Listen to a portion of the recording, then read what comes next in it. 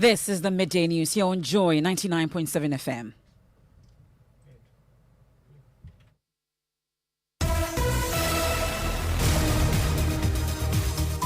The news is live on Joy 99.7 FM here in Accra and Kumasi, on Love 99.5 FM in over 30 affiliates across Ghana's 16 regions. We're on Radio Wa in Wa, Ganga FM in Jirapa, ATL FM in Cape Coast, Kaleo FM in Akachi, KT Radio in Koforidua. We're on Radio Max in Takrady. You can go digital. It's Spotify, Facebook, myjoyonline.com. This afternoon, Galamsey Queen Aisha Wang denied bail yet again as Circuit Court judge urges the judiciary to take a strong stance against illegal mining to save Ghana's water bodies. We have details. Also, heavy mining activities ongoing in the Tano Nimri Forest Reserve in the Western region, despite claims by the Lands Ministry that no license has been issued for minerals prospecting anywhere in Ghana. My district is Amansett Central. That is where I have my cocoa farm. In that area, there's a forest called Kobo Forest. The forest is guarded by soldiers as people mine inside the forest. We have a special Love News expose detailing how military men are providing protection for illegal miners. This afternoon also, your pensions are at risk as government is set to take a tough decision to restructure debts.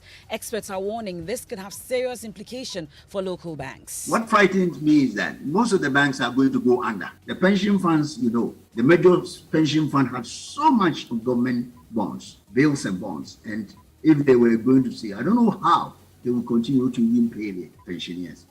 We hear from former Finance Minister Seth Tekpe, who says the NDC is ever ready to join the government negotiation team with the IMF. If you're called to the table, now we're beginning, and say, Seth, join the Ghana team, you're available and you don't mind joining. I said President Mahama has made a call, and I believe that he made it in good faith to all Ghanaians to join. We now live in Standard Series for today. Spare parts sales hit an all-time low as dealers contemplate slashing salaries and in some cases laying off workers as the dollar continues to beat the cedi. The whole of this year I've never traveled. I've never buy any items from anybody because I cannot. Because the dollar is up. Me wo Kora 032 07. Surprise, I'm a fan. The light in I'm a fan 200. Corolla mirrors, which used to sell at 200 cities, is now 300 cities. That's coming up in our Living Standard Series in sports. Injury concerns for the Black Stars as two major key players are major doubts for tonight's friendly against Nicaragua. My colleague George Ado Jr. is in Spain and will tell us more in 20 minutes. Can't wait for that. And also torn between three ministries. Public health officials in the country bemoan how the absence of a centralized ministry is hindering their effort to access funds to make Accra clean. Ministry of Local Government doesn't do any budgeting for us, nor does Ministry of Sanitation. When you go to Ministry of Sanitation, the head is there without a body. Then you come to local government, the body is there without a head. How can only body work without a head, nor a head work without the body? We have that and more in this afternoon's edition of the Midday News with me, Emefa Apawu. Please stay for details.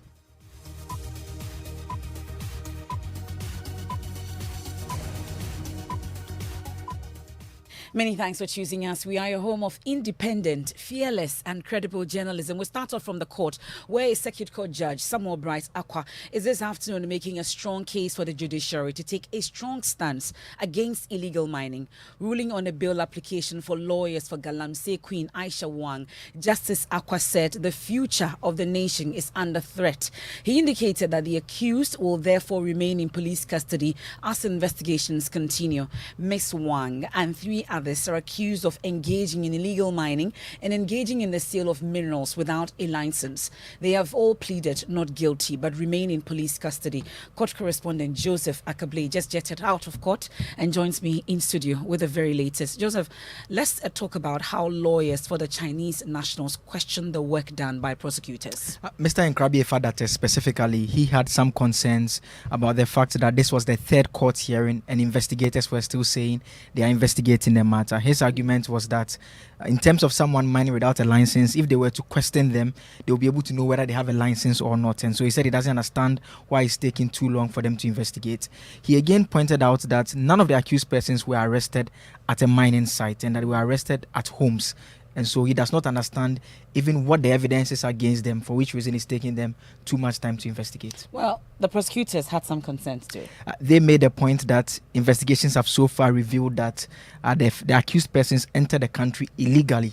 And they said that that alone is enough basis for the court to say that they should remain in police custody, because if these are individuals who can enter the country illegally, it means that granting them bail, there's the potential that they may not show up to stand trial. And interestingly, Judge Samuel Bright Aqua had some concerns about illegal mining. He made them publicly. Tell us more. In fact, I'm reading specifically what he had to say. He said, quote, "This is an activity that is destroying our water bodies. Look at how it is destroying our forest. We the humans are complaining. The animals in the forest are suffering.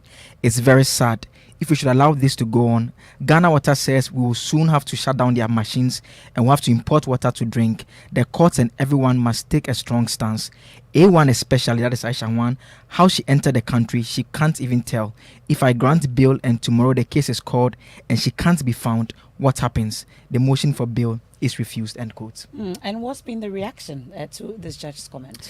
The lawyers in the case, the defense lawyers, were not particularly excited, but they said they will comply by the court order as they have no other option. But the expectation is that at the next court date, which is October 12th, the prosecutors will be ready for the trial to proceed. And Aisha Wang and the others were in court? Yes, they were all present in court. This time around, the lady who collapsed the other time, she was given a chair to sit on just to make sure that doesn't happen again. Okay, thank you very much. That's court correspondent Joseph Akabli there. Now, Love News has uncovered an ongoing degradation of the Tano Nimri Forest Reserve at Summerboy in the Western region, despite the Lands Ministry's declaration that no license has been issued for minerals prospecting in any forest reserve across the country.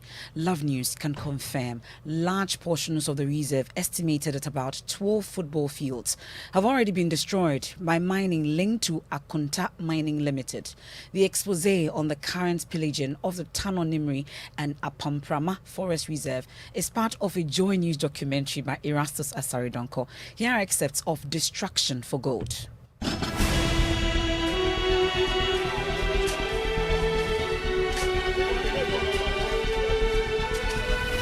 On August 17th this year, the Minerals Commission, in a press release, stated that the Lands Minister has not issued any license for minerals prospecting in any forest reserve.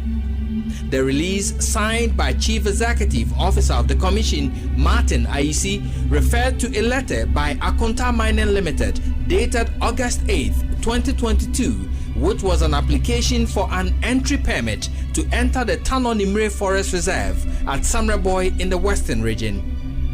The release said the application must be processed, quote, subject to the Honorable Minister of Lands and Natural Resources Directive on Mining in Forest Reserve. But even before the Lands Ministry would indicate publicly its position on the application, our checks indicate active mining in the Tano Nimri Forest Reserve. A visit to the forest revealed large portions of the reserve already mined and degraded.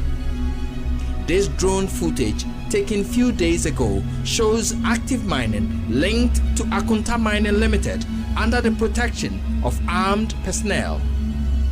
The forest reserve is being destroyed with impunity even at the time of airing this report. We are here at this thing, Tontokrom. The hot duties, and there are some policemen and media here. Despite Love News' expose on military personnel protecting miners in the Odaho section of the Apamprama Forest Reserve, security personnel are still providing protection for miners who are pillaging the reserve currently, as corroborated by the Mentiahene of Bekwai, Nana Kusi Frimpong Kotobre.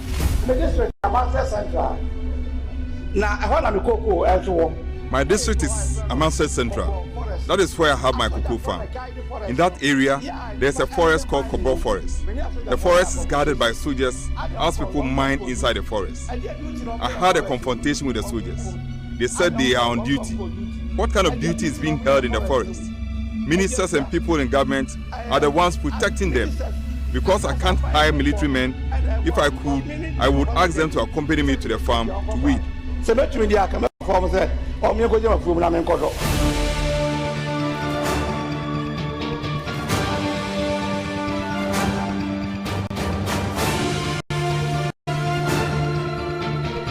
And you ought to look out for that Love News documentary coming up shortly. It's Distraction for Gold. You had excerpts there put together by Erastus Asari Donko. In a separate development, the National Alternative Employment and Livelihood Program for Illegal Miners say it has begun reclaiming areas heavily degraded by activities of illegal mining in 5 regions. Its coordinator, Dr. Louise Carol Donko, tells Joy News they have raised 20 million seedlings so far. I think one thing that runs through the places that we're reclaiming, if you go to Obuakosa, for instance, and then Bosome Freho, they are mountainous regions, and we all know that mining anywhere near a river or a water body or a source to a water body is a no-go area, and that's where our focus is, and that's where when you go, you'll find our contractors working to, re-engineer the land and bring it back to a state that can support vegetation and redirect our water bodies. Now, she adds that to successfully reduce illegal mining to the barest minimum, they began community engagement to ascertain how mining communities envisage the menace can effectively be dealt with. Now our landscape study is underway to be able to understand, the galamseyas better. What is very important is that we need to listen to the people that we're trying to, get interventions for. Yes, we have ideas about what we want to do, but we need to be able to also understand them. So we've done our community engagements.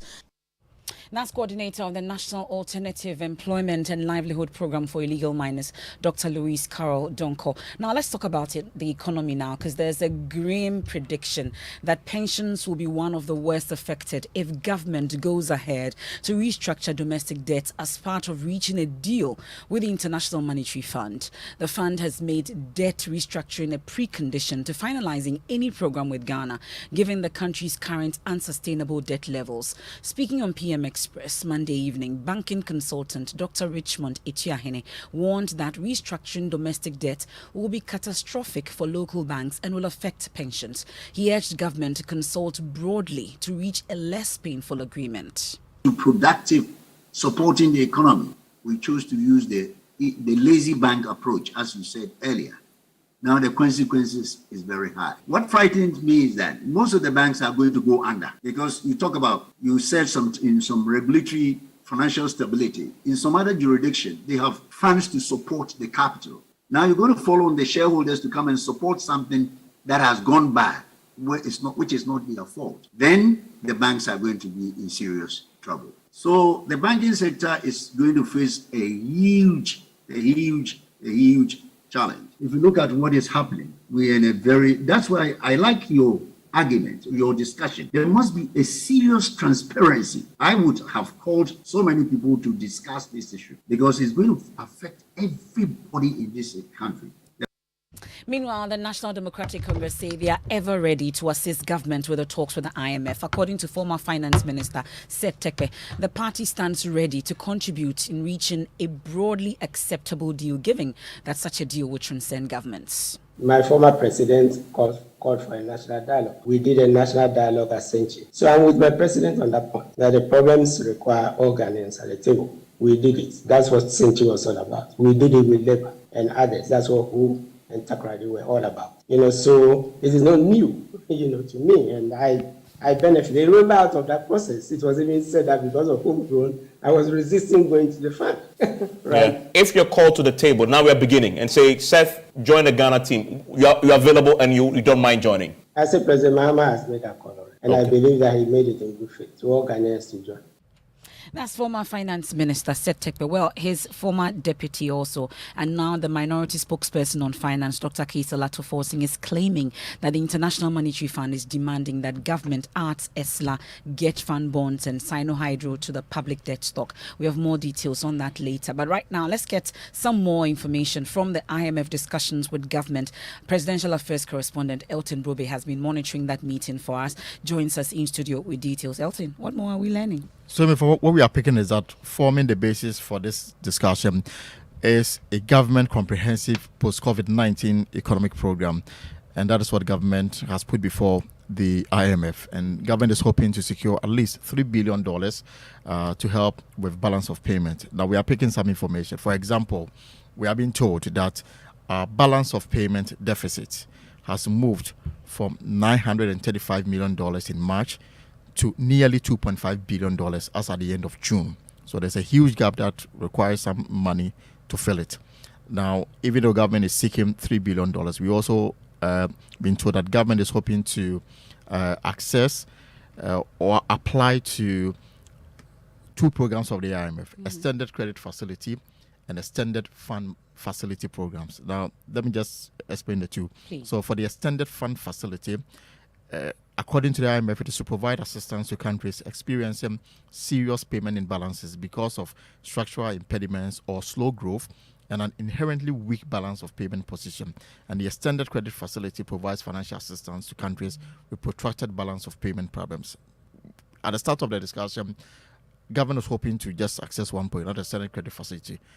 It is unclear why they are bringing the Extended Fund Facility. Probably tells you our finances and how the situation is. But key, I'm told, is how to fill this gap. Our balance of payment deficit, which was $935 million in March, and nearly $2.5 billion US. Elton, thank you very much. Keep following that till we bring you more. But what's your living standard? We focus today on spare parts business. It's a near suffering as sales hit an all-time low in years. Dealers who rely hugely on the dollar to import products are struggling to get it. Others who eventually got the currency are hit by inflation, which affects prices, scaring off customers. Mami Esinya Thompson has our living standard series. Lungs 200. Frondex, but okay, year 2018. But 1,200 for the pair. Cloudy times for Godfred K. Upon, a spare parts dealer at Abosokan. His business has been struggling recently. First time in 16 years. He owes his creditors, and they are not making things easy for him. For days, he hasn't recorded any significant sales. As at 10 a.m., no customer has bought any of his brake shafts, and he's worried. The whole of this year, I've never traveled. I've never buy any items from anybody because I cannot. Anybody that knows me in Abosokan here knows these items is last year. Because the dollar is up, I have to increase them small, bit by bit. The person who will come and buy my items is saying his market is not moving.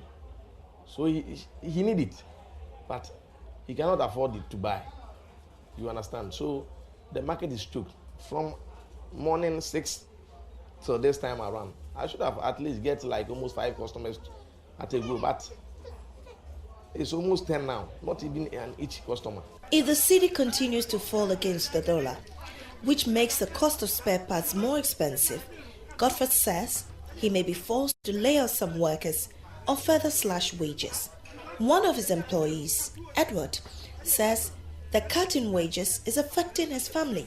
I realized that this time things is hard, so I want to cut some things not help me. Go out with my friends, go chill. That things, I stop. That's our Living Standard series for today from Abosokan. Now, the objective to make Accra the cleanest city in Africa may not be achieved anytime soon if public health officials don't get access to much needed funds. They say they lack the funding needed to fight and promote issues of environmental health in the country. Michael Ashali has more. Public health activities in Ghana are split among 3 ministries and largely uncoordinated. According to Environmental Health Metro Director for the Accra Metropolitan Assembly, Florence Kuchi, the situation is making it difficult to properly deal with the worsening sanitation problem in Accra. We are supposed to be under local government ministry. That is our mother ministry. Ministry of Local Government doesn't do any budgeting for us, nor does Ministry of Sanitation does any budgeting for us. When you go to Ministry of Sanitation, the head is there without a body. Then you come to local government, the body is there without a head.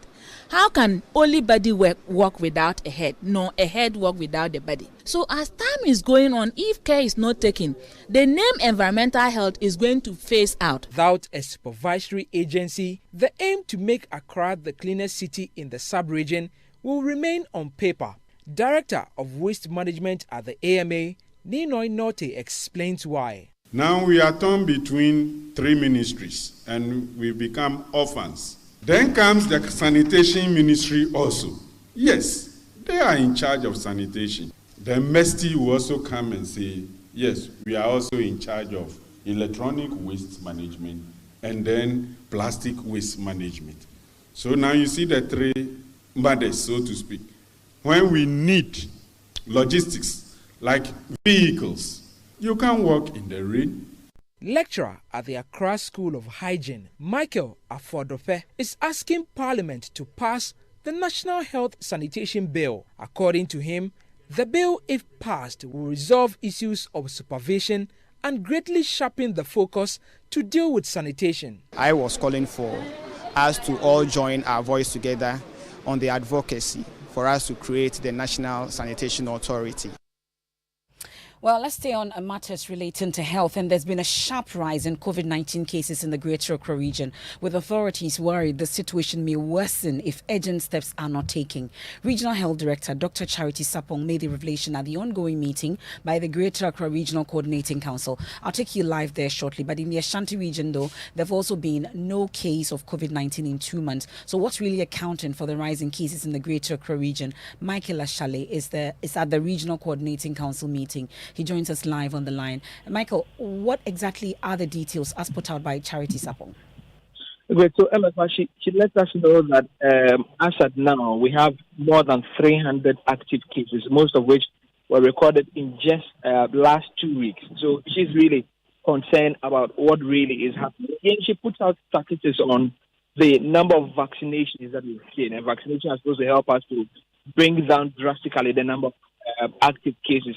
She makes us know that about 48% of the entire Greater Accra population are not vaccinated at all, and just about 38% are fully vaccinated, and the rest of the people have just taken about one dose. Now, the concern is about some of the districts not putting enough. You have areas like Adan, East Adan, West, and Nigo Pampa and the Shire Sudoku area. A bit difficult. Most people have not gone for even a single dose of the vaccine. So they are definitely concerned. They are hoping that this number will come down soon. Well, that's my colleague Michael Ashale there. Also, the Kolebu Teaching Hospital is raising concerns about the rising cases of COVID-19. The Premier Hospital says COVID-19 cases rose from 3 to 45 between September 11 and 23. Well, the hospital has taken some measures to arrest the situation. Elton, you've been going through it. What exactly is the hospital doing? So, for one, they are undertaking mop-up exercise to vaccinate staff of the hospital and in-house patients. And they are saying that the exercise is ongoing. They are hoping to bring it to an end at the end of this month. Already, this exercise has produced some positive cases of COVID-19, whilst ensuring that the hospital is immune from further infection. They are asking staff and patients to wear face masks, observance of the hand hygiene, social, physical distance of at least 2 meters, prompt isolation and testing of suspected cases. But they are not happy with the rise in cases from 3 to 54 in the last few days. Okay, thank you, Elton. Now we can hear from virologists with the Kumasi Center for Collaborative Research, Dr. Michael Apawu, on the Ashanti region situation. Currently, for some time now, we have been testing since the president had did the announcement. We have recorded 0 cases out of every 100. This is why you don't see all of us in mask. And the second point is that people have taken doses of vaccines, so they are fine. But it's not over because of the mutating nature of the virus. Well, that's Dr. Michael Apawu. But still on health, the National Health Insurance Scheme subscribers who are 70 years and above will no longer have to wait for 1 month before accessing healthcare. This is because the authority has eliminated such obstacles in line with government objective to accelerate universal health coverage. The authority in a statement said all elderly aged or 70 and above on the scheme can visit accredited hospitals to have their health needs taken care of. My colleague Kweku Asante joins me in studio with more from that statement.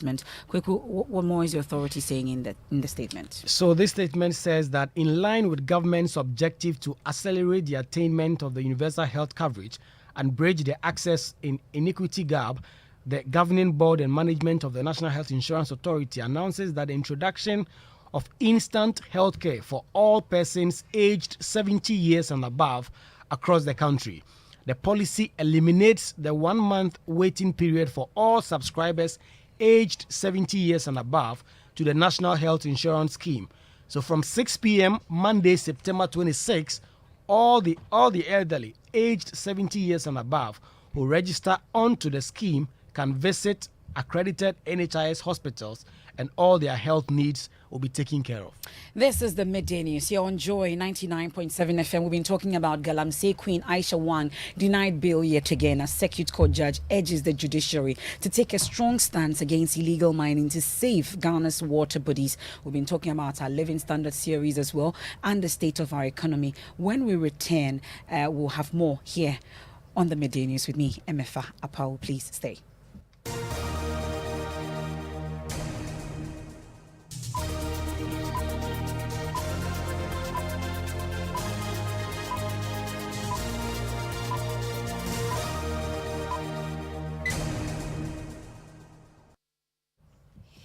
Many thanks for staying with us here on the Midday News on Joy 99.7 FM. Time for sports. What do we have? Yes, MFA. Ghana will face Nicaragua tonight in a friendly match. Now, the Black Stars will be looking to bounce back from Friday's 3-0 defeat to Brazil.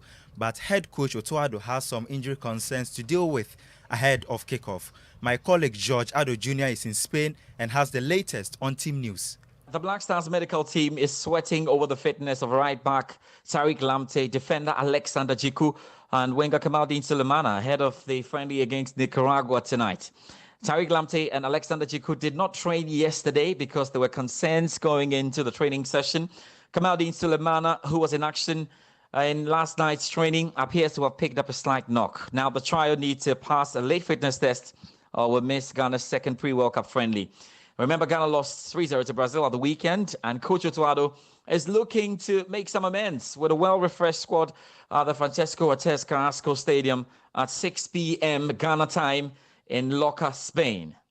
George Ado Jr. reporting from Spain. MFA, back to you. Okay, we look forward to that game tonight. But let me take you to the Volta region first. An angry resident of Kitty South Municipality demonstrating today against the operations of Seven Seas Company, an Indian salt mining company located in Adina in the Volta region. The residents want government to hold the activities of the company immediately, well, especially beyond Adina, where they've been given the permit to operate. A middle-aged woman and her 3 children lost their lives a week ago due to the dikes allegedly owned by the company. 6 people have so far died in 2022 as a result of the company's unsafe operations. That's according to the residents. Here are some aggrieved protesters and the lead convener handing over their petition to the Kitty South MCE, Maxwell Lugudo.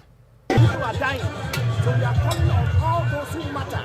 In this case, that the lives of the people of Kitty South matter. They should come out and stop the mayhem that is being perpetrated in our lands. The citizens are dying.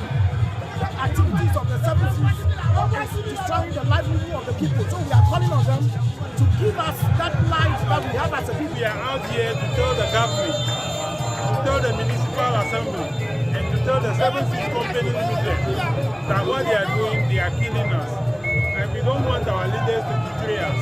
Giving you this letter to be given to the regional minister and subsequently routed to the President of the Republic of Ghana. We have stated our concerns in this letter and we demand some actions to be taken within a matter of agency.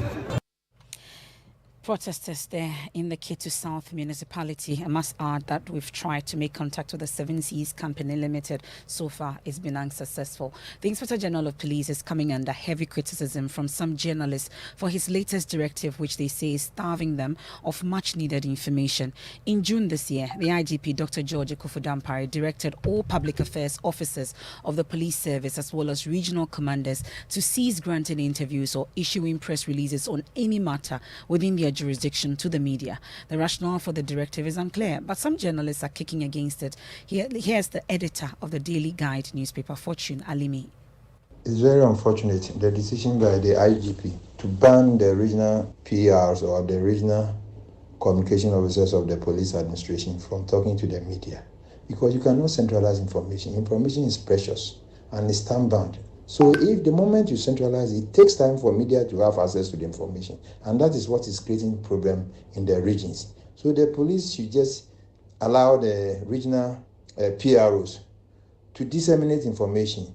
The moment you don't know, so what's the essence of keeping them there?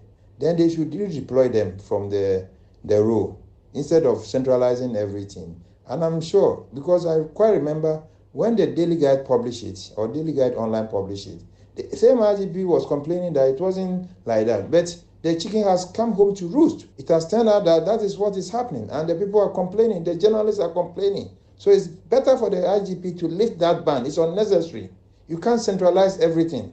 That's editor of the Daily Guide, fortunately, one of the journalists, they're complaining about the situation. Well, last week, the Ghana Journalists Association issued a statement appealing to the IGP to reconsider this directive. Quick question, what more is in that statement? So the GGA says they've observed with dismay a developing trend where the police administration, as part of its communication strategy, has centralized the sharing of information to the public and the media. Even information from town, communities, districts and regions are held up in Accra and released from Accra.